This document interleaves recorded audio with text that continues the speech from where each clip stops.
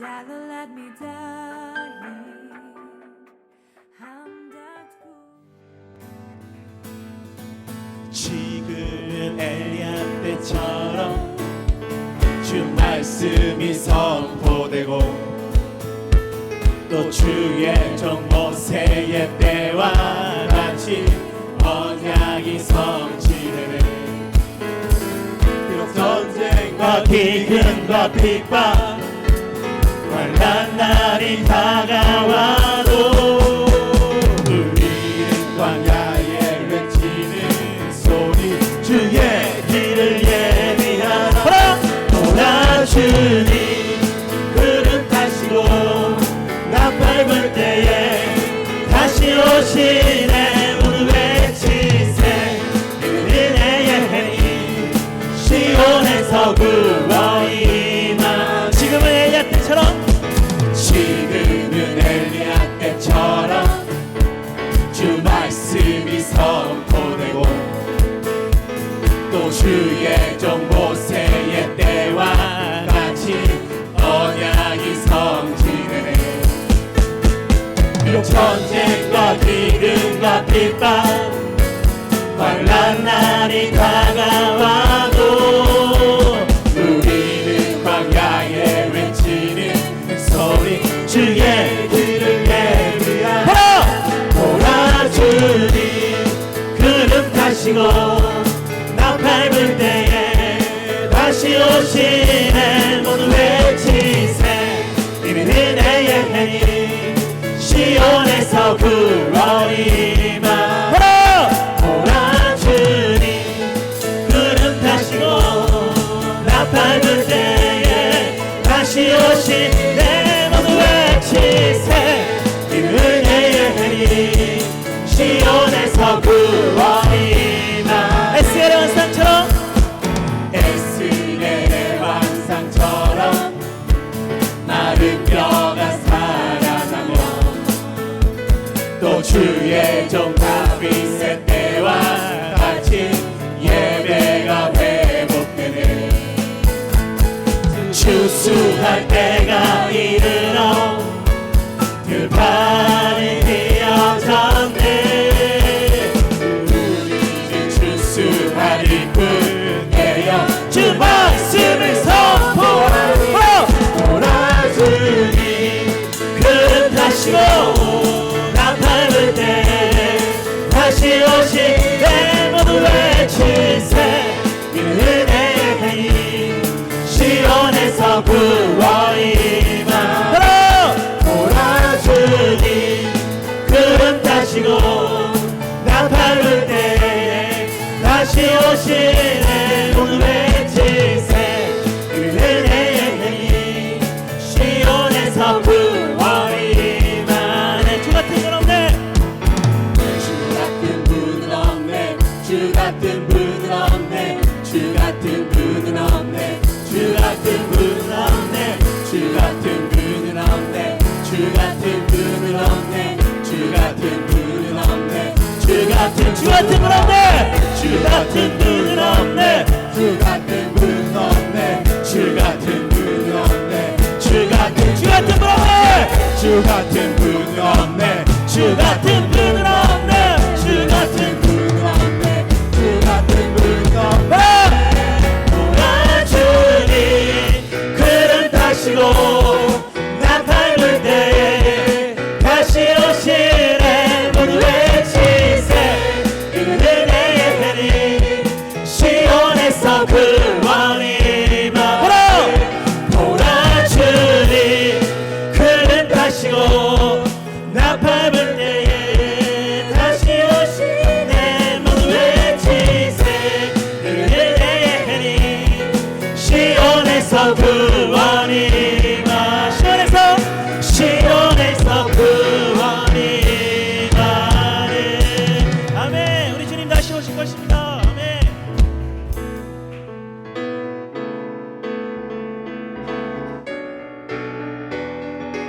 우리 주님의 약속을 의지하며 나갑시다. 주의 약속하신 말씀 위에서 영원토록 주를 찬송하리라. 소리 높이 높여줄게 영광 돌리며 약속했고 굳게 서려 주의 약속하신 말씀 위에 주의 약속하신 말씀 위에서 영원토록 주를 찬송하리라 소리 높여줄게 영광 돌리며 약속 믿고 굳게 서리라 굳게 서리라 굳게 서리 영원하신 말씀 위에 굳게 서리 굳게 서리 그 말씀 위에 굳게 서리 주의 약속하신 말씀 위에 주의 약속하신 말씀 위에서 세상 염려 내게 엄습할 때에 말씀으로 힘써 싸워 이기며 약속 믿고 굳게 서리라 굳게 서리 영원하신 말씀 위에 굳게 서리 굳게 서리 그 말씀 위에 굳게 서리라 주의 약속하신 말씀 위에서 영원하신 주의 사랑이 믿고 성령으로 힘써 싸워 이기며 약속 믿고 굳게 서리라 굳게 서리 영원하신 말씀 위에 굳게 서리 굳게 서리 그 말씀 위에 굳게 서리 굳게 서리라 굳게 서리 영원하신 말씀 위에 굳게 서리 굳게 서리 그 말씀 위에 굳게 서리 우리 목소리로 고백할까요? 굳게 서리라 굳게 서리 영원하신 말씀 위에 굳게 서리 굳게 서리 그 말씀 위에 굳게 서리라 굳게 서리 영원하신 말씀 위에 굳게 서리 굳게 서리 그 말씀 위에 굳게 서리라 아멘 한경을 박수입니다 아멘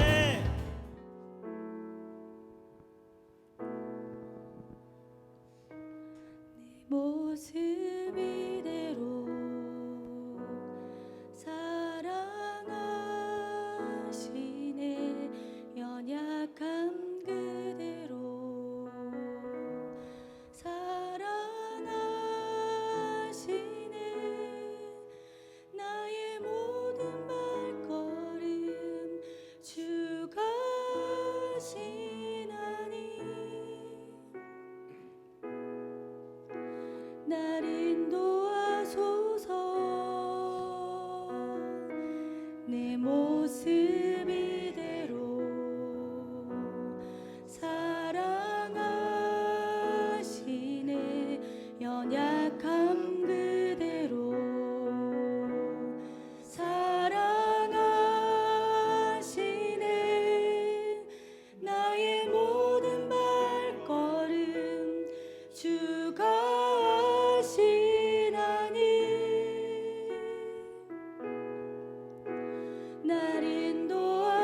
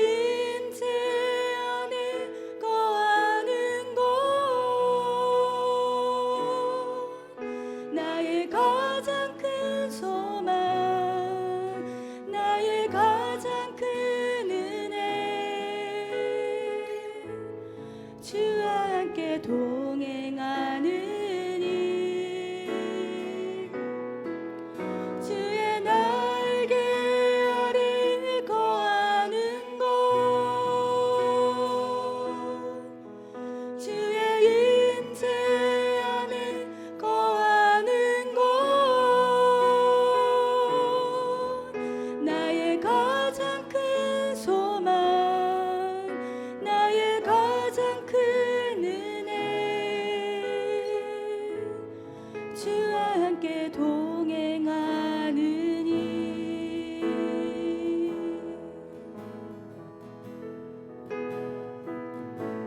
내 모습 이대로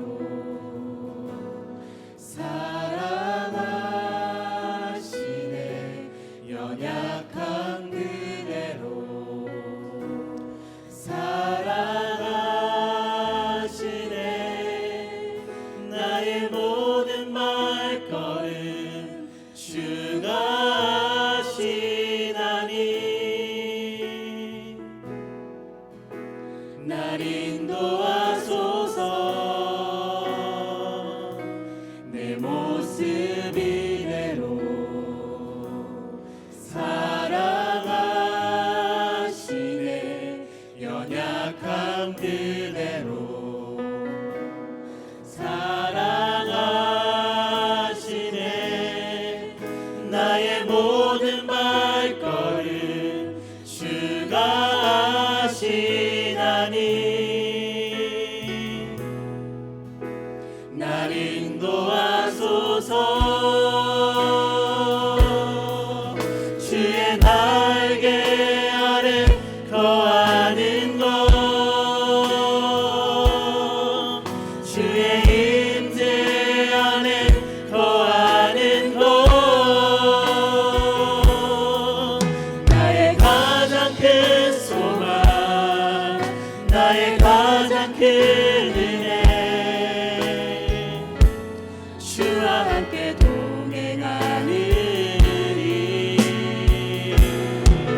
주의 날개 아래 거하는 것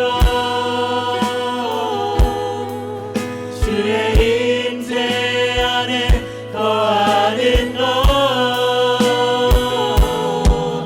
나의 가장 큰 소망 나의 가장 큰 은혜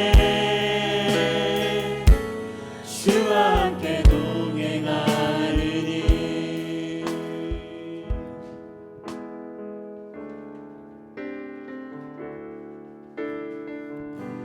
수 어린 양 십자가 그 사랑 나를 위하여 피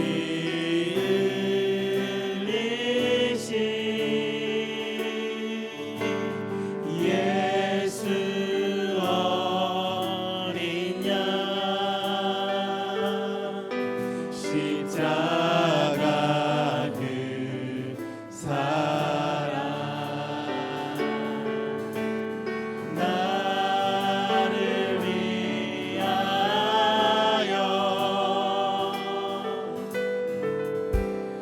피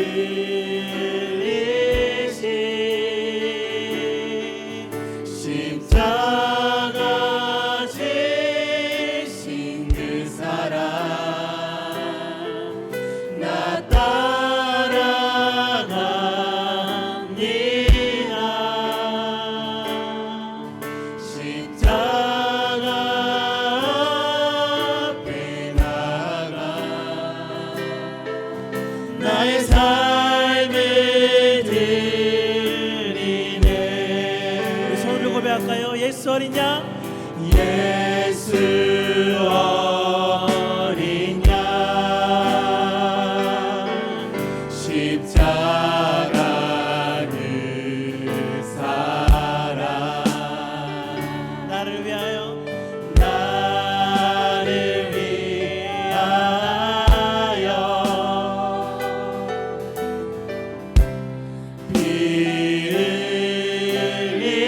흘리신 예수 어린 양 예수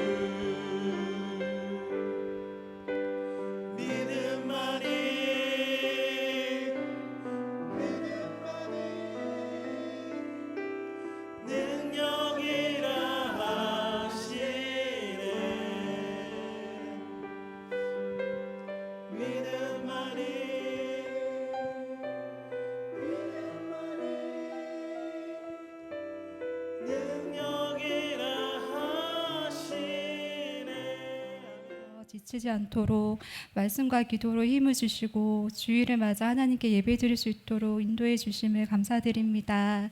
하나님의 은혜와 섭리 안에 지금까지 저희의 모습이 있음을 고백합니다. 하나님 안에 세상이 줄 수 없는 참 기쁨과 평안이 있음을 고백합니다. 하나님 앞에 가까이 설 수 없게 만드는 용서하지 않는 마음, 분노, 의심하는 마음에 감사의 마음, 믿음의 마음으로 변화되길 간절히 소망합니다. 매일 저희의 삶 속에 하나님의 뜻과 마음을 갈망할 수 있는 믿음을 주시고 한 걸음씩 그 뜻대로 나아갈 수 있는 힘을 허락해 주세요. 말씀을 전하실 선교사님과 목사님을 축복합니다. 그 가정에 영육간에 필요한 모든 것을 예비하시고 채워주시기 원합니다. 이 시간 말씀과 찬양 속에 은혜 받게 하옵시고 하나님이 귀하게 여기시는 교회와 예비하신 각 부서 위에 하나님의 사랑으로 한마음이 되어 섬길 수 있는 은혜를 베풀어 주세요. 이 오후 예배 가운데 저희와 함께 계심을 믿으며 예수님 이름으로 기도드립니다. 감사합니다. 여러분 안녕하세요. 작년에 잠깐 안식월로 방문 중에 왔다가 다시 이렇게 저희 큰아들 결혼이 있어서 다시 방문하게 되었습니다. 제가 준비한 파워포인트 슬라이드를 중심으로 간증을 드리겠습니다. 제가 2002년도에 만 40이 되어서 주님께 이제 헌신의 결단으로 만든 그런 사명 선언문인데요. 우리는 한국인으로서 현지인이 되어 이스라엘과 팔레스타인에서 주님의 교회를 개척하고 중동과 아프리카에 선교사를 파송하고자 한다. 작년에 소개를 드려서 작년에 들으셨던 분들은 아마 두 번째 들으시는 거죠. 다 아실 것 같습니다. 이때 저희가 나이가 만 40이었어요. 그래서 저희 기본적인 정신은 언더우드 선교사님의 정신이었습니다. 양화진에 가보니까 언더우드 선교사님 묘비 앞에 이름이 쓰여 있는데 영어로 언더우드라고 써 있지를 않고 한국어로 원두라고 써 있더라고요. 그래서 언을 원으로 두를 두로 음역을 하신 거죠. 제 원래 이름이 원동곤입니다. 원동곤. 그래서 이름을 원두로 선교 예명을 바꿨죠. 언더우드 선교사님이 원씨라는 생각은 제가 한 번도 못 해봤어요. 우리 집안에 정말 큰 어르신 되신다 이런 생각 한 번도 못 해보고 그 단순한 그 이름 때문에 굉장히 많이 감동이 돼서 생각을 해보니까 4대 120년간 이렇게 한국 사랑을 하셨던 그런 정신이 있으시더라고요. 이 사진은 저기 이제 둘째가 지금 안고 있는데 은혜입니다. 은혜. 저 뒤에 와 있는 이제 은혜가 저렇게 컸죠. 그러니까 굉장히 오래전 사진인데 저 예루살렘 교회에서 가이사랴 빌립보로 야외 예배를 갔다가 그 폭포 앞에서 찍은 사진이에요. 뒤에 폭포 보이시나요? 폭포가 뒤에 이렇게 지금 흑백으로 나와서 그런데 제 뒤에 보면 하얀색이 이렇게 쭉 내려오잖아요. 그게 폭포입니다. 바네아스 폭포. 여기서 이제 시편 113편 형제가 연합하여 동거함이 어찌 그리 선하고 아름다운가 이 말씀 있죠? 이 말씀을 읽으면 정말 그 은혜가 되는 그런 장소죠. 그래서 저희 가족이 이렇게 이제 은혜가 2006년도에 태어났으니까 저희 이제 제 옆에 있는 아이 모자 쓰고 있는 아이가 88년생 큰 아들이에요. 대섭. 이번에 9월 1일에 결혼하는 아들입니다. 뭐 벌써 장가를 간다니까 실감이 좀 안 나기도 합니다. 그리고 이제 그 옆에 있는 아이가 91년생 의섭이에요. 의섭이. 그래서 의섭이는 현재 지금 이제 가을 학기부터 히브리 대학교 성서학과 석사 과정으로 들어가게 되고 이제 교수가 되어서 PhD를 받아서 이스라엘 선교사로 헌신하겠다고 이제 결심을 하고 있죠. 사실은 이 사명 선언문을 만들 때만 해도 제가 어떤 교육기관에서 이렇게 이제 그 사명을 어떻게 세우고 그걸 성취하는가는 훈련 과정에서 이걸 만들었어요. 그래서 그 깊은 의미를 사실 몰랐는데 지금에 오니까 참 많은 생각들을 하게 됩니다. 그래서 이제 그때는 언더우드 선교사님의 정신을 가지고 나와서 지금 제 옆에 있는 대섭이가 중3, 둘째 의섭이가 이제 초등학교 6학년 이렇게 나와 있었어요. 그래서 이제 전혀 이 사명 선언문이 뭔지도 모르고 사실 만들었죠.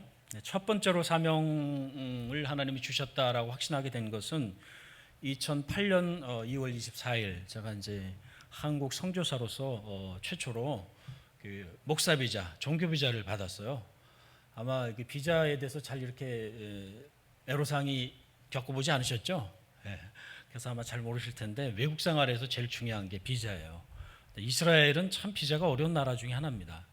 근데 이제 선교사로서 제가 제일 처음 목사 비자를 받고 현재는 이제 3명 더 받았죠. 그러니까 이제 그것이 저에게는 굉장히 큰 하나님의 그 사인이었고 또 한인 사회에서도 선교사가 목사 비자를 받을 수 있다는 사실이 굉장히 큰 빅뉴스였어요. 그리고 이제 우리 둘째 의섭이가 주의 종으로 헌신하고 선교사의 길을 가겠다는 것이 저에게 또 큰 하나의 그 사인이었습니다. 왜냐하면 그 사명 선언문 앞에 저는 가족이라는 말을 붙였기 때문에 그것이 제가 아이들에게 강요해서 되는 일이 아니잖아요. 아이들이 그것을 하나님의 음성으로 듣고 따라와야 되는 그런 문제이기 때문에 그것이 저에게 또 큰 사인이었죠. 그런데 이제 오늘 저희가 본문 말씀을 이제 읽은 이 요한복음 21장은 그 지역을 현재는 타부가라고 말합니다. 타부가. 그리고 헬라어로 얘기하면 헵타곤이라고 말해요. 헵타곤. 옥타곤, 헵타곤 많이 들어봤죠? 일곱이라는 뜻이에요. 헵타곤이라는 것이. 히브리어로 얘기하면 에인 쉐바라고 합니다. 에인 쉐바. 부엘 쉐바 들어보셨죠? 부엘 쉐바, 에인 쉐바 비슷하잖아요. 쉐바라는 말이 일곱이라는 뜻이에요. 부에르라는 말은 우물이라는 말이고 에인이라는 말은 샘이라는 말입니다. 7개의 샘이 있는 곳이에요. 그래서 거기에 현재 현존하는 에인 야우 요베샘이라는 샘이 지금도 흐르고 있죠. 이게 샘이라는 것은 이렇게 지하수가 터져 나오는 거죠. 지하수가 터져 나오는 거예요.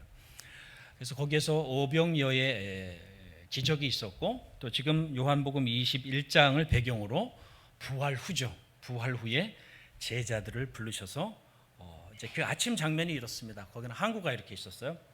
이제 그 교회 앞에서 멘사 크리스티라고 지금 붙여져 있는데 이건 라틴어예요. 멘사 크리스티 그러면 그리스도의 식탁입니다. 멘사 그러면 이게 식탁이라는 뜻이에요. 식탁. 그리고 크리스티 그럼 그리스도. 예수님이 제자를 위해서 준비하신 식탁이라는 소리죠. 거기서 이제 교회에서 이 지중해 갈릴리 호수 쪽으로 이렇게 나가면 왼쪽에 이렇게 항구가 있었어요. 그 당시에는 전 배를 타고 이동을 했었으니까 새벽녘이었죠.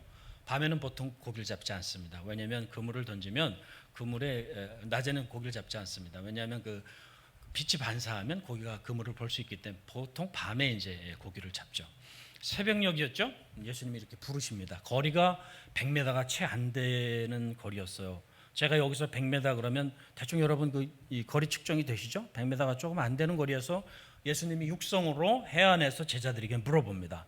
고기를 많이 잡았냐? 이렇게 했더니 고기를 밤새도록 잡았지만 못 잡았죠. 그러니까 어떻게 말씀하세요? 오른쪽에 그물을 던져라. 그런데 고기가 굉장히 많이 잡혔죠. 찢어질 만큼 많이 잡혔어요. 요한이 빨리 알아봅니다. 성격 급한 베드로가 뛰어내리죠, 그죠? 예수님이신 줄 알아본 거예요. 그리고 제자들이 잡은 물고기를 가지고 예수님께서 이 식탁에 준비를 하십니다. 생선을 구워요. 숯불에 이제 생선을 굽는 겁니다. 그리고 빵을 준비하시는 거죠.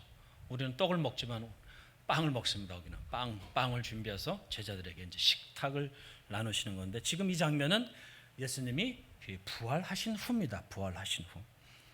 여러분 부활하신 주님을 만나신 적이 계신가요? 없으신가요? 그러면 이제 여러분 좀 생각을 진지하게 해보셔야 됩니다. 왜냐하면 1년 단위로 나무가 성장해서 나이테가 있어요, 그죠?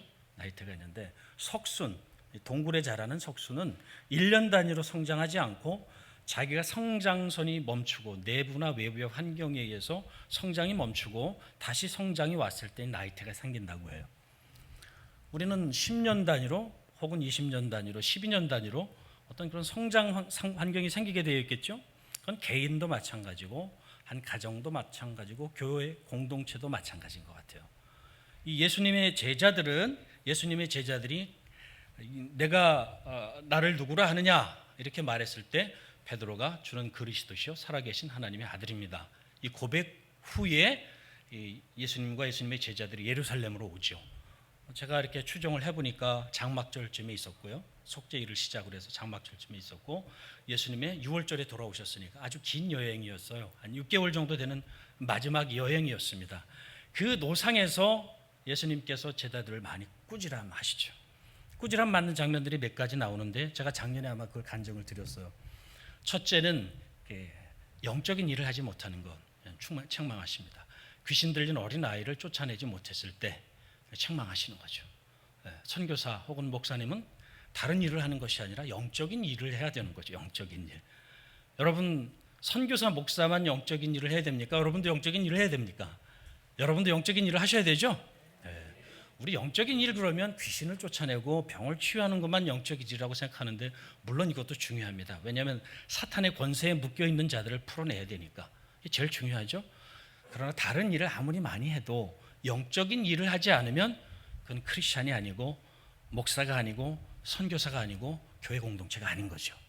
우리 영적인 일을 하는 것이 제일 중요하고 또 그 다음에 오른팔 예수님의 오른팔 왼팔을 자리다툼을 하다 보니까 어린아이를 귀하게 여기지 않습니다. 어린아이를. 예수님이 나무라시거든요. 거기 보면 예수님이 크게 화를 내셔요. 예수님이 크게 화를 내실 일입니다, 여러분. 어린아이를 무시하거나 조금 나한테 인사를 하는데 조금 약간 이상하게 어눌하게 말을 하는 사람이 나를 조금 자연스럽지 않은 방법으로 나를 대한다고 해서 그 사람을 무시하고 예수님이 화를 내실 일입니다. 예수님이 화를 심하게 내실 일인 거예요.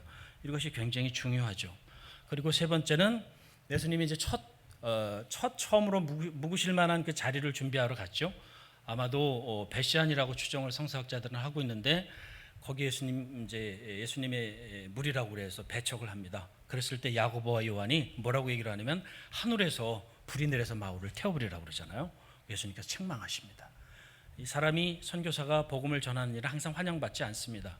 배척을 받게 되어 있고요. 사람이 제일 힘든 것은 밥을 굶는 일이 아니고 다른 사람이 나를 인정해 주지 않거나 배척할 때 굉장히 힘들거든요. 모멸감, 모욕감, 배척감. 예수님께서 책망을 하세요. 이런 책망들 후에 사도행전에 가보면 예수님의 제자들의 모습이 완전히 달라져 있어요. 여긴 분명히 어떤 성장선이 있었던 것 같습니다. 성장선. 그런데 지금 저희가 읽었던 요한복음 21장이 굉장히 중요한 저는 이 성장선의 한 예수님과 제자들과의 만남이었다고 생각해요. 왜냐하면 부활하신 주님께서 세 번째 요한의 기록에 의하면 세 번째 7 제자들에게 나타나시죠. 그래서 다른 걸 묻지 않습니다. 뭘 물어봅니까? 내가 나를 사랑하느냐를 물어봐요. 내가 나를 사랑하냐. 여러분 주님을 사랑하십니까? 네. 여러분 어머님 사랑하는 것보다 아버님 사랑하는 것보다 여러분 아내를 사랑하는 것보다 남편을 사랑하는 것보다 여러분 자식을 사랑하는 것보다 여러분 친구를 사랑하는 것보다 세상의 그 어떤 것보다도 주님을 더 사랑하십니까? 이렇게 주님이 3번을 물어보시는 거예요. 3번을. 네?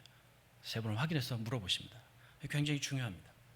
어떤 분들은 이 본문을 가지고 필로스, 에레오스 갑자기 생각이 안 나요. 남녀의 사랑, 그 다음에 아가페 이런 3가지 헬라어의 사랑을 얘기를 하죠. 저는 사랑은 이 3가지 요소가 다 있다고 생각을 합니다. 주님이 저희들 아가페로만 사랑하시고 필레오로 사랑하지 않으시나요? 저렇게 사랑하시죠. 하나가 된다는 것 안에는 유니티가 된다는 것 안에는 남녀 간의 놀라운 비밀이 있죠. 바울이 얘기했던 것처럼 주님 우리에게 그렇게 물어보고 계시는 거예요. 내가 나를 사랑하느냐. 우리가 기독교 공동체가 가지고 있는 이 사랑의 가치, 이 가치가 얼마나 다른 공동체와 문화보다 가치가 높은가, 이것이 굉장히 중요한 것 같습니다. 그렇게 생각하십니까, 여러분? 아리스토텔레스의 윤리학에 보면 이 친구라는 정의를 참 멋있게 내리는데요. 우리 한국말로도 친구라는 말이 가까이 오래둔 사람이라고 얘기하고 있잖아요. 우리 요즘의 문화, 예수님의 당시의 문화의 배경에 가장 큰 문제점들은 어디에 있었냐면 바리새인들에게 있었다고 봐도 과언이에요. 안식일을 지키는 문제, 할례하는 문제, 음식 정결의 문제, 이런 것이 유대 공동체를 형성하는 중요한 거였어요. 근데 예수님께서 이것을 다 비판하시죠. 혁파하십니다. 변화하십니다. 그 핵심에는 예수님 자신이 우리에게 생명을 주셨고 사랑 때문에 그 사랑으로 공동체가 세워지기를 바라고 있는 거죠. 근데 예수님의 제자들은 어부예요.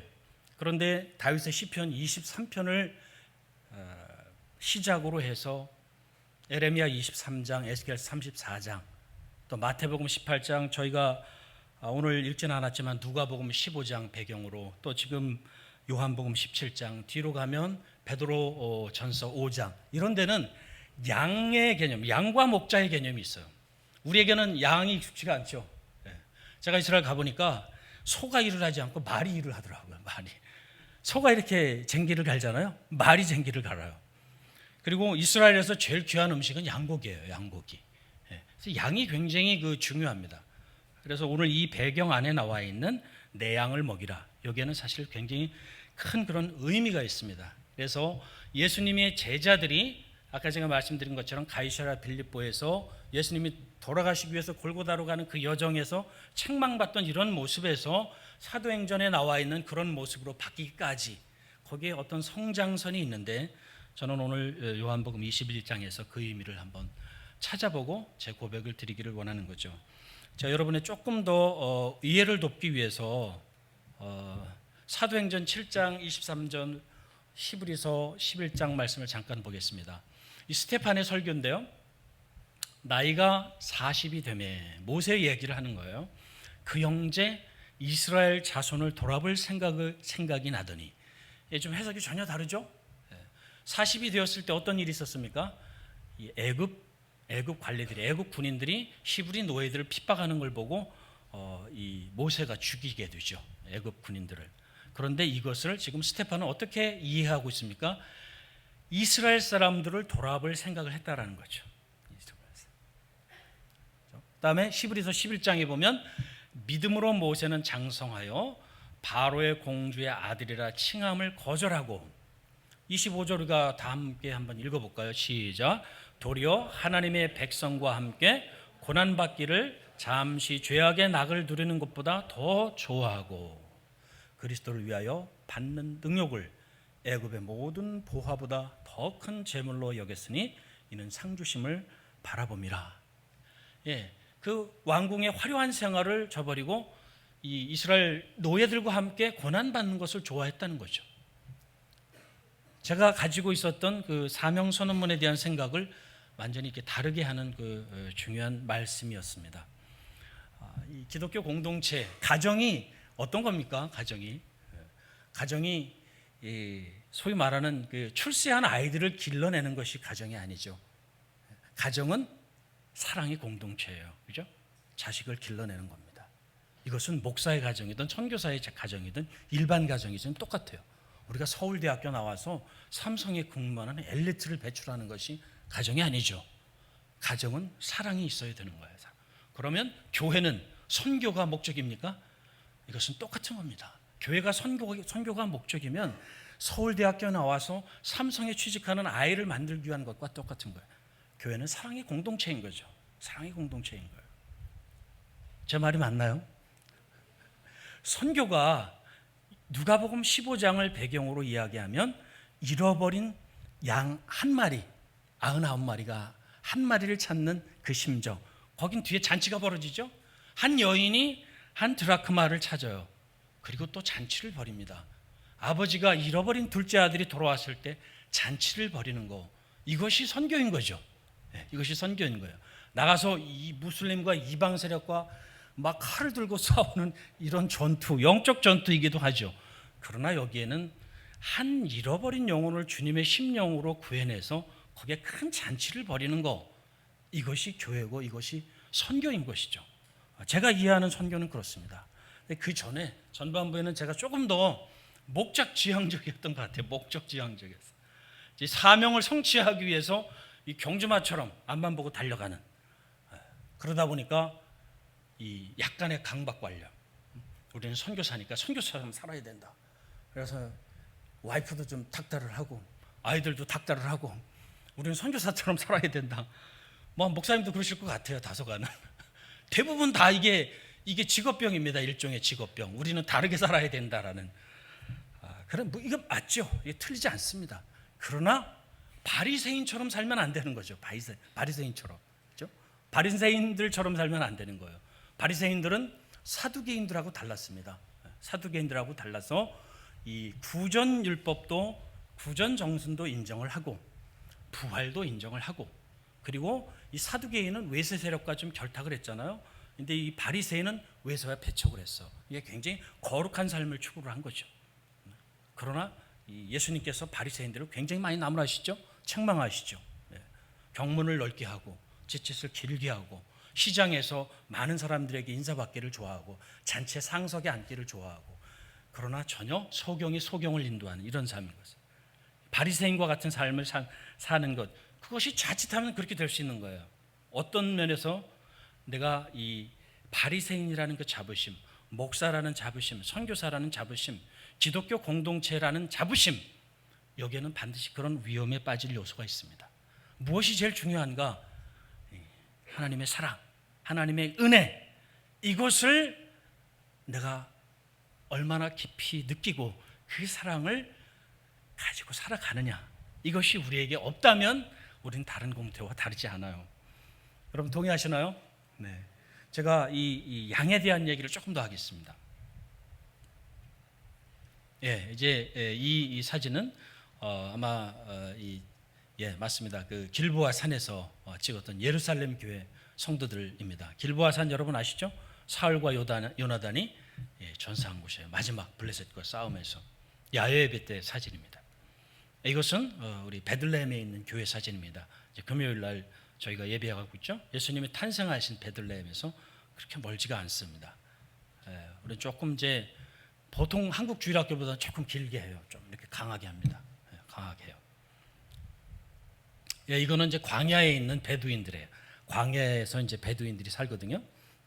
그래서 이제 제가 사역하는 이 세 가지인데, 예루살렘 교회는 2007년 3월에 시작을 했고, 이 베들레헴 교회는 2011년 7월에 시작을 했습니다. 그리고 우리 이 베두인 사역은 사실 이 시작이 이제 거의 베들레헴 교회하고 비슷하게 했는데, 실질적으로 이 지역에 이제 어린 센터를 시작을 하게 된 것은 2012년 6월 이렇게 시작을 하게 되었습니다. 이 장면이 나와 서 있는 여인이 어떤 여인인지는 아시겠죠, 그죠? 제 아내고요. 이 옷차림으로 봐서 약간 그 추운 때 같죠? 근데 그 뒤가 중요한데, 저 뒤가 바로 유대 광야에서 가장 높은 곳입니다. 그 자발 문타르라는 곳이에요. 여기는 뭐 하는 곳이냐면 그 대속죄일에 아사셀 염소를 떨어뜨리는 곳이에요. 아사셀 염소. 여러분 그 예수님의 속죄, 예수님 십자가에 못 박혀 죽으실 때에 이 휘장이 찢어진 것 아시죠? 휘장. 여기 지금 우리 사실 이 교회의 이 형태가 상당히 회당 형태하고 비슷한 게 많이 있는데, 옛날 제가 어릴 때 교회는 휘장이 이렇게 있었어요. 휘장이. 그 휘장은 바로 그 지성소로 들어가는 휘장을 이야기합니다. 휘장 보신 분 계시나요? 많이 보셨죠? 그 휘장이 예수님이 십자가에 달려 돌아가실 때 어떻게 됐어요? 위에서 아래로 이렇게 찢어졌어요. 여기에는 바로 그 중요한 의미가 있습니다. 요 아사셀 염소를 광야에 떨어뜨리는 것과 반대되는 의미가 있어요. 예수님의 가장, 하나님께서 임재하신 가장 거룩한 곳, 우리 가정으로 따지면 마스터룸, 부부가 이 자는 방을 열어서 손님에게 그 방에 자게 하는 거예요. 이것과 똑같습니다. 그래서 우리가 죄사함을 받고 구원을 받았다는 것은 아사셀 염소의 의미도 있지만, 우리가 예배할 때 여러분 보혈을 지나 주 앞에 나간다는 그런 찬양도 있죠, 그죠? 담대하게 주님 앞에 나가는 거예요. 주님의 보혈의 힘, 주님 앞에 우리가 나갈 수가 없죠. 그러나 주님 앞에 나가는 겁니다. 그래서 그 주님과 함께 이 동거하고 주님과 함께 살아가는 상징적인 의미가 되는 것이죠. 그것이 예수님이 십자가에 못 박혀 돌아가실 때 그 휘장이 열림으로써 그 길이 열렸어요. 얼마나 큰 사랑입니까? 그 거룩하신 하나님과 함께 우리가 거할 수 있다는 것, 이것이 사실 이 공동체적으로 예배 앞에 나가는 거예요. 양과 염소의 비유가 에레미야 23장에 오면 이스라엘 공동체로 바뀌어요. 개인에서. 그리고 왕을 심지어 목자로 표현하기도 합니다. 이 공동체적으로 하나님 앞에 나아가는 것, 그래서 굉장히 그 큰 의미가 있죠. 누군지 아시겠죠? 우리 그 막내딸입니다. 막내딸. 우리 이제 이 베두인 마을에 이제 항상 사역을 하러 갑니다. 지금 벌써 몇 년을 갔죠? 아까 그 바네아스 폭포에서 조그만 아이를 보셨잖아요. 저렇게 큰 아이가 되었는데 그 양 앞에서 찍은 사진이에요. 이제 저 아이가 뭐 앞에 있어서 이런 얘기하기가 좀 그렇지만 베두인들을 위해서 기도를 합니다, 여러분. 예, 감사하죠? 예, 그래서 이 아직 깊은 영적인 의미들은 다 모르고 있지만 베두인 마을에 적어도 일주일에 한 번 가서 책을 읽어주고 빵을 나누어 주는 것이 어떤 의미를 갖는다라는 것을 조금씩 알아가는 것 같습니다. 이 베두인 문화가 바로 그 양과 염소의 문화예요. 지금도 베두인들은 우기라는 것은 이제 장막절부터 6월절까지, 그러니까 12월, 1월 집중해서 한 2월 요 정도까지 초까지 우기입니다. 그리고 나서 2월 말부터 들어와서 11월까지 가면 건기예요. 이때는 비가 오지 않아요. 그러니까 완전히 지금 이게 한 9개월 정도, 10개월 정도는 비가 하나도 안 오는 거예요. 요즘에 원래 장마인데 비가 안 오는 거죠, 그죠? 이런 더위 있으시죠? 요게 한 10개월, 9개월을 가는 겁니다. 이 더위가. 그러니까 이 광야에 뭐가 있겠어요? 여호와는 나의 목자시니 내게 부족함이 없으리다. 나를 쉴만한 물가로 푸른 초장이 어디 있어요? 푸른 초장이 없습니다. 푸른 초장을 한번 가려면 지금 베두인들도 한 3일을 양떼를 몰고 나가요. 3일이면 보통 우리가 80kg에서 한 100kg 되거든요. 거기를 가야 이 초장이 하나 나오는 거예요. 초장이. 양떼들 줄지어서 가는 거 보이시죠? 이 양은 시력이 안 좋아요. 시력이. 바로 앞에 있는 그 사람을 못 알아봅니다. 그래서 이 귀가 발달이 됐어, 음성이. 그래서 이 목자의 음성을 알아들어요. 그러니까 목자가 어떤 노래를 부르거나 일정한 리듬을 가지고 혹은 악기를 불면 이 양이 그걸 알아들어요. 그리고 따라갑니다. 아무나 따라가는 게 아니고 익숙한 그 목자의 음성을 따라가는 거, 줄져서 따라가는 거 보이시잖아요. 그래서 요한복음 10장에 보면 예수님께서 뭐라고 비유하십니까? 나는 양의 문이다 그러죠. 그리고 이 문을 넘어가는 자는 도둑이요 일이라고 그러잖아요. 이렇게 3일 길을 가게 되면 베두인들이 사는 마을 안에 이런 우리가 없습니다. 그럼 어디에 재워야 됩니까? 동굴에 재워야 돼요. 동굴에. 아니면 돌로 담을 치거나, 그 다음에 거기 들어가는 입구를 목자가 이렇게 딱 막고서 잠을 잡니다. 이해가 되시겠죠? 그 안으로 들어갈 수가 없어요. 들어가고 나가면서 이 목자의 음성을 듣게 되어 있어요. 제가 이 베들레헴에서 수도 라말라라는 것을 3년을 왔다 갔다 하면서 아침에 베두인들이 그 양의 우리에서 아침에 일어나서 하는 거를 많이 한 3년 동안 지켜봤어요. 딱 아침이 되면 불러냅니다. 그래서 쫙 줄을 지어서 따라서 나가요. 너무나 그 성경의 말씀들이 우리가 지금 잘 모르는 이 양의 문화, 목자의 문화하고 굉장히 밀접한 관계가 있는 거예요. 여호와는 나의 목자시니, 그죠? 그다음에 이 양은 물을 이렇게 막 흐르는 물을 무서워합니다. 여러분 얼룩말 보셨나요? 얼룩말. 이 얼룩말들이 이 광물질을 섭취하기 위해서 막 그 급한 급류를 막 넘어가잖아요. 그리고 막 건너가면 사자도 있는데 그걸 무리해서 넘어갑니다. 그런데 이 양은 그런 데를 갈 수가 없습니다. 양은 아주 잔잔한 그런 데를 좋아해요. 잔잔한 물가로 나를 인도하시고는 양의 속성을 너무 잘 아는 목자를 표현을 하는 거예요. 그래서 시편 23편과 요한복음 10장에 나오는 거기에는 굉장히 그런 문화적 배경을 가지고 있어요. 문화적 배경을 가지고 있고. 자, 오늘 읽은 이 말씀 안의 강조는 뭡니까? 핵심은 내가 나를 사랑하느냐. 그다음에 내 어린 양을 먹이라는 거예요. 먹이라는 거. 자, 이 건기 아래서 9개월, 10개월 푸른 초장으로 인도하는 게 그렇게 쉽지만은 않습니다. 쉽지만은 않죠. 베드로가 이 배경에 나와 있던 베드로가 이 베드로전서 5장에 가면 자원함으로 억지로 하지 말고 이를 위하여 하지 말고 이런 표현들이 나와요. 그래서 오늘 읽은 이 요한복음 21장과 베드로전서 5장을 이렇게 같이 해서 읽어보면 그 베드로가 어떤 심정이었을까, 그리고 베드로전서를 기록했을 때 베드로가 얼만큼 성장이 있었을까, 마지막 날에 목자장인 예수님께서 나타날 때에 시들지 않는 면류관을 우리가 받는다는 그런 말씀들이 있거든요. 이것이 바로 기독교 공동체의 가치가 아닌가 이런 생각을 하게 됩니다.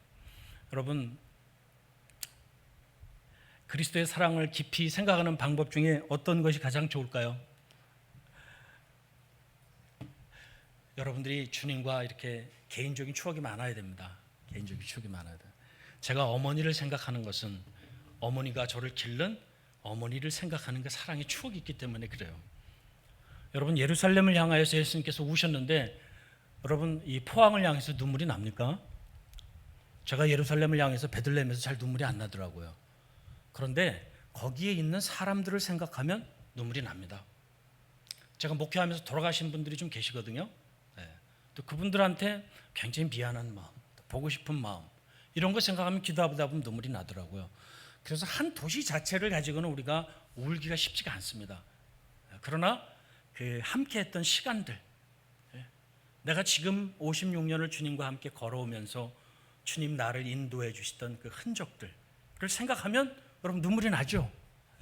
내 멋대로 살았으면 주님과의 기억이 없지만 내가 이렇게 저렇게 때로는 염소같이 굴기도 했지만 주님 인도하심 따라서 지금까지 오면서 그 주님이 함께 해주셨던 그 주님의 크신 사랑, 그 크신 은혜, 그 크신 인내하심, 그 선한 목자, 그 선한 목자에서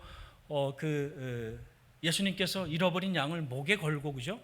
목에 걸고 기쁨으로 오시는 거죠. 기쁨으로 목에 걸고. 여러분 그런 적 있으시잖아요, 그죠? 아버지, 어머니 목마를 한번 타보신 기억이 있으시죠?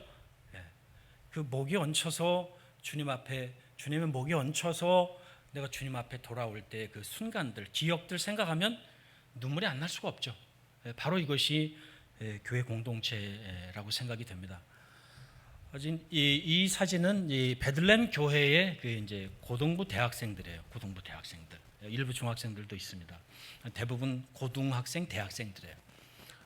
여기에 이제 우리 이제 새생명교회에서 오시게 되면 내년 1월에 오시게 되면 이 베들레헴 교회에서 이제 어린이 사역을 하게 될 텐데, 요 중에 상당수 청년들이 아마 우리 함께 팀워크로 도와주실 것 같아요. 같이 손발을 맞춰서 어린이들, 초등부, 유치부 아이들을 도와줄 것 같습니다. 이 아이들을 잘 말씀 안에 세워서 선교사로서 막 다 굳히고 훈련하는 것이 아니고 주님이 내가 너를 사랑하느냐, 그거죠. 그걸 가지고 이 아이들을 좀 사랑해서 이 아이들을 잘 세워서 말씀으로 세워서 이 아이들이 중동 22개국의 선교사로 나갈 수 있다면, 아멘이시죠? 기도해 주시기 바랍니다. 저는 이것이 하나님 앞에 올려드릴 하나의 추수라고 생각해요. 이 중에 목사 선교사님, 전문인 선교사님들이 어떤 팀워크를 이뤄서 한 나라에, 중동 22개국 한 나라에 가서 교회를 세우고 거기에 자생할 수 있는 건강한 교회를 세워서 거기 다시 가정이 자식을 낳고 자식이 성장해서 또 결혼을 하고 또 자식을 낳듯이 교회가 계속해서 성장해서 생명 있는 하나님의 영혼들을 찾아올 수가 있다면 그런 하나님께 기쁨이 되겠죠. 하나님 기뻐하시라고 생각이 됩니다. 이분들, 이 학생들을 위해서 기도해 주시기 바라고요. 베들레헴은 제가 볼 때는 중동 선교에 있어서는 굉장히 전략적으로 중요한 것 같습니다. 왜냐하면 이 이슬람 문화, 중동 문화에서 베들레헴만큼 기독교 인구가 높은 도시가 없어요. 60% 이상입니다. 많이 보는 분은 80%, 85%까지 봐요. 10명 중에 6명 혹은 8명이 기독교인이라는 이야기입니다. 상당수가 복음적이지 않은 분들도 계시지만 이분들을 잘 섬기고 도와서 또 이분들과 함께 울고 웃으며 이분들과 함께 생활을 나누고 사랑을 나누고 이분들을 말씀으로 세워서 이분들이 복음을 가지고 중동에 나가서 하나님의 교회를 세울 수가 있다면 하나님 기뻐하시겠죠? 이것이 저의 이제 큰 소망입니다. 내년 1월에 1월 7일부터 14일까지 이렇게 오게 되셔서 참 기쁘게 생각하고, 비록 우리가 짧은 시간이지만 하나님께서 그 가운데 역사하실 줄 믿습니다. 그래서 여러분이 만나는 영혼들을 안아주시고 사랑해 주시고, 그 눈빛만 봐도 비록 우리가 막 힘들어서 피곤해서 눈동자가 풀려 있을지라도 그 영혼들을 바라보며 그 마음에는 사랑이 충만해 있으면 눈동자가 풀려서 피곤해도 사랑은 몸으로 나가는 거죠, 그죠? 그래서 그 사랑을 그 아이들이 느끼고 받아서 한국에서 온 사람들이 나를 저렇게 사랑해 주는구나, 또 베두인 아이들이 그렇게 사랑해 주는구나. 이 사랑을 받고 그 아이들이 자라날 수 있다면, 그리고 현지의 부모님과 현지의 학교에서 할 수 없는 영적인 일 있잖아요. 영적인 일, 그죠? 그것을 해줄 수가 있다면 다른 것보다 그것을 해야 됩니다. 그래서 그 가운데 그 아이들이 정말 그 성령의 역사하심으로 변화해야 되겠죠. 그것이 단순하게 하나의 성경을 가르치는 시간이 아니라 그 자리에 성령께서 역사하셔서 그 아이들이 변화하는 시간, 이것이 필요합니다. 그것을 위해서 저는 가서 기도하려고 합니다. 저는 어릴 적 성경학교를 생각하면 그런 추억이 많이 있거든요. 그래서 여러분이 와서 섬기는 그 시간들이 기대가 되고 그 시간들을 통해서 큰 변화가 일어나기를 원합니다. 말씀을 좀 맺기를 원합니다. 이제 제가 9월 1일 날 저희 이제 큰 아들 결혼식을 마치고 9월 4일 날 이제 임지에 복귀하게 되면 아마 당분간은 이제 한국에 좀 웬만하면 안 나오려고 그러고요. 그리고 좀 사역에 좀 많이 집중해서 앞으로 하려고 그럽니다. 여러분 위에서 기도해 주시고, 제가 15년까지 이 전반전에 이렇게 뛰어온 그 사역이 여러 가지 실패들, 부족한 점들을 더 이렇게 깨달아서 이제 저 주님을 더 기쁘시게 할 수 있는 사역, 이제 좀 선생이 아닌 아버지 같은 사역 할 수 있도록 여러분 기도해 주시기 바라고, 저희 가정이 첫째는 이 건강하고 행복하고 이 성령이 충만해야 됩니다. 그리고 거룩한 그 경건함이 우리 가정과 교회 안에 있어야 돼요. 사람이 많이 모이는 것이 중요한 게 아니고 또 거기에 경건한 공동체가 세워지는 것이 중요하잖아요. 그래서 예루살렘 교회, 베들레헴 교회, 또 앞으로 개척될 그 흑인 유태인을 위한 빌립 교회, 이런 교회들이 경건한 공동체가 되어서 그 사회를 변화시키는 그런 공동체가 될 수 있도록 여러분 기도해 주시기 바랍니다. 합니다. 말씀 들으면서 정신이 좀 번쩍 드네요. 네. 억지로 우리가 능력 만들지 말고, 없는 사명 만들지 말고, 사랑하면 그게 사명인 것 같습니다.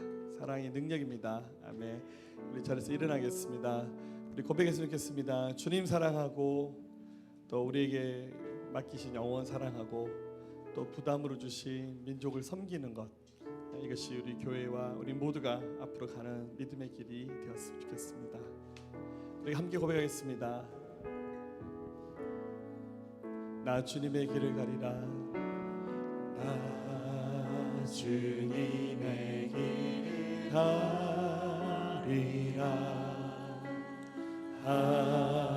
하늘의 부르심 따라서 주님의 얼굴을 그할 때 거룩한 성령 임하시네. 나 주님의 길을 가리라. 하늘의 부르심 따라서 주님의 얼굴을 구할 때 거룩한 성령 임하시네. 물과 비를 쏟으시 하나님의 어린 양 주님 사랑합니다. 오 주여 나를 보내소서. 주 위에 살리라. 주 따라가리라. 내 생명 다하여 주 복음 전하리. 꼭 승리하리라. 그날을 노리라. 난 결코 돌아서지 않으리. 나 주님의 길을 가리라. 나 주님의 길을 가리라.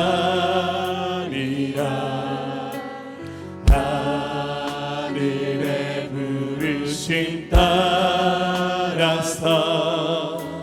주님의 얼굴을 그날 때 거룩한 성령이 마시네 물과 피를 쏟으시 하나님의 어린 양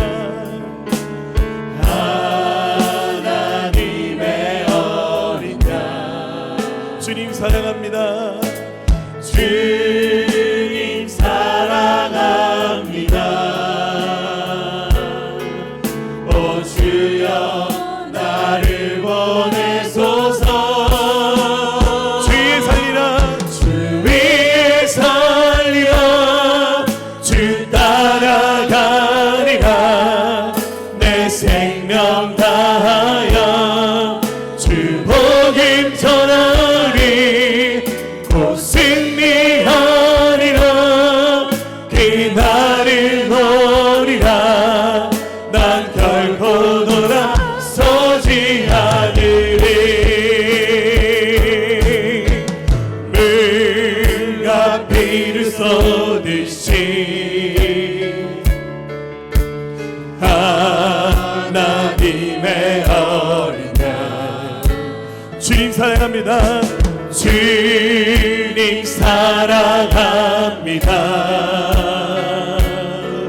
오 주여 나를 보내소서 주의 살리라 주 위에 살리라 주 따라가리라 내 생명 다하여 주 복음 전하리 곧 승리하리라 그날을 노리라 난 결코 돌아서지 않으리 주의 살리라 주 위에 살리라 주 따라가리라 내 생명 다하여 주 복음 전하리 곧 승리하리라 그날을 노리라 난 결코 돌아서지 않으리 주님의 명령 따라 주님의 명령 따라 한국교회 일어나리라 죽음 앞에서라도 돌아서지 않으리 붉은 불길 따라 선교 한국 일어나리라 우리 주님 다시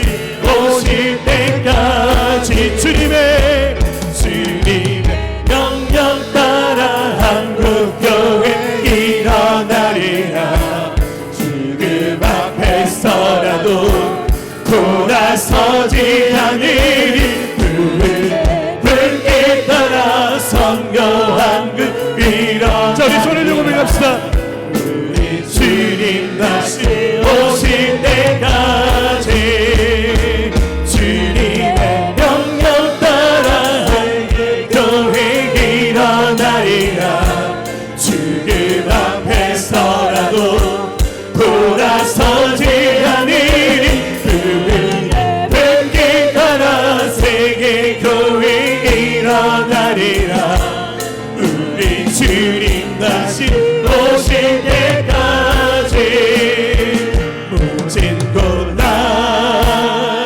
핍박이 와도 우리 믿음 더욱 견고해 선포하라 선포하리 하나님 나라 주님의 거에 승리하리라 주님의 명령 따라 주님의 명령 따라 한국교회 일어나리라 죽음 앞에서라도 돌아서지 않으리 불길 따라 선교하리라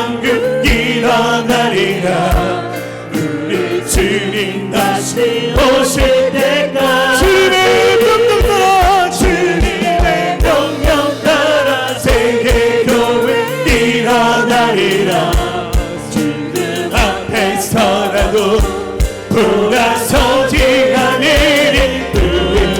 붉게 따라 세계 교회 일어나리라. 우리 주님 다시 오실 때까지, 우리 주님 다시 오실 때까지, 우리 주님 다시 오실 때까지. 아멘. 우리 함께 기도합시다. 한 사람이 한 영혼 품을 때 그 한 영혼을 품는 사랑 안에서 생명의 역사가 시작될 겁니다. 한 사람이 한 민족 품고 그 영혼을 위해서 목숨을 버릴 때 하나님께서 하나님의 미라를 통해서 많은 영혼을 살리시는 새 역사를 완성해 갈 것입니다. 하나님, 우리에게 영혼을 사랑하는 마음 주십시오. 하나님, 잃어버린 영혼을 품고 그들 영혼을 위해서 기도할 수 있는 마음 주시고, 하나님, 열방의 수많은 민족 가운데 주님 한 민족 품고 기도하게 하시고 그 민족 섬기는 자 되게 하시고, 하나님의 교회가 일어나서 하나님 우리를 위해서 하나님의 살아가는 인생이 아니라 하나님의 뜻을 위해서 더 많은 영혼들을 섬겨하며 더 많은 영혼들에게 복음 전하는 일들을 교회가 감당할 사명을 알고 하나님 앞에 서게 하여 주시면서 우리에게 그 능력 부어주시면서 우리 함께 기도하시겠습니다. 모진 고난 핍박이 와도 우리 믿음 더욱 견고해 선포하리. 하나님 나라 주님의 교회, 주님의 교회 승리하리라. 주님의 명령 따라, 주님의 명령 따라 한국교회 일어나리라. 주님 앞에서라도 돌아서지 않으리. 붉게 따라 성교한국 일어나리라. 우리 주님 다시 오실 때까지, 주님의 명령 따라, 주님의 명령 따라 세계교회 일어나리라. 주님 앞에서라도 돌아서지 않으리. 붉게 따라 세계교회 일어나리라. 우리 주님 다시 오실 때까지. 마라나타 마라나타 마라나타. 아멘. 주 예수여 오시옵소서. 마라나타 마라나타. 아멘. 주 예수여 오시옵소서. 우리 주님 다시 오시, 우리 주님 다시 오실 길을 만들자. 십자가를 들고 땅끝까지 우린 가리라. 우리 주님 하늘 영광 온 땅 덮을 때 우리 땅끝에서 주를 맞으리. 마라나타 마라나타. 아멘. 주여 아멘. 주여 오시옵소서. 마라나타 마라나타. 아멘. 주 예수여 오시옵소서. 아멘. 주 예수여 아멘. 주 예수여 오시옵소서. 아멘. 주 예수여 오시옵소서. 하나님 감사합니다. 우리를 예수님의 사람으로 부르신 것 감사합니다. 우리에게 한 영혼에 대한 부담감들 주신 것 감사합니다. 또 한 민족에 대한 부담감들로 인하여 우리 삶을 복음 전하는 자로 드리게 하신 것 감사합니다.